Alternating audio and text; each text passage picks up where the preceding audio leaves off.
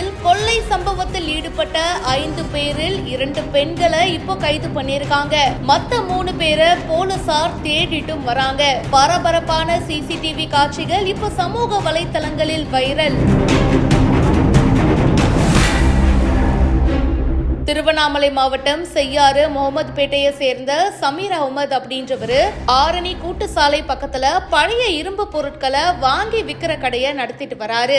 இவரோட காயலாங்கடையில கடந்த வருடம் செப்டம்பர் மாதம் 26ஆம் தேதி அன்னைக்கு இரவு கடையுடைய கல்லாப்பெட்டி உடைக்கப்பட்டு அதுல இருந்த 72,000 ரூபாய் ரொக்கம் மற்றும் 80 கிலோ செம்பு பொருட்கள் கொள்ளையடிக்கப்பட்டிருந்துச்சு. இத பத்தி போலீஸ் ஸ்டேஷன்ல புகாரும் கொடுத்திருந்தாங்க.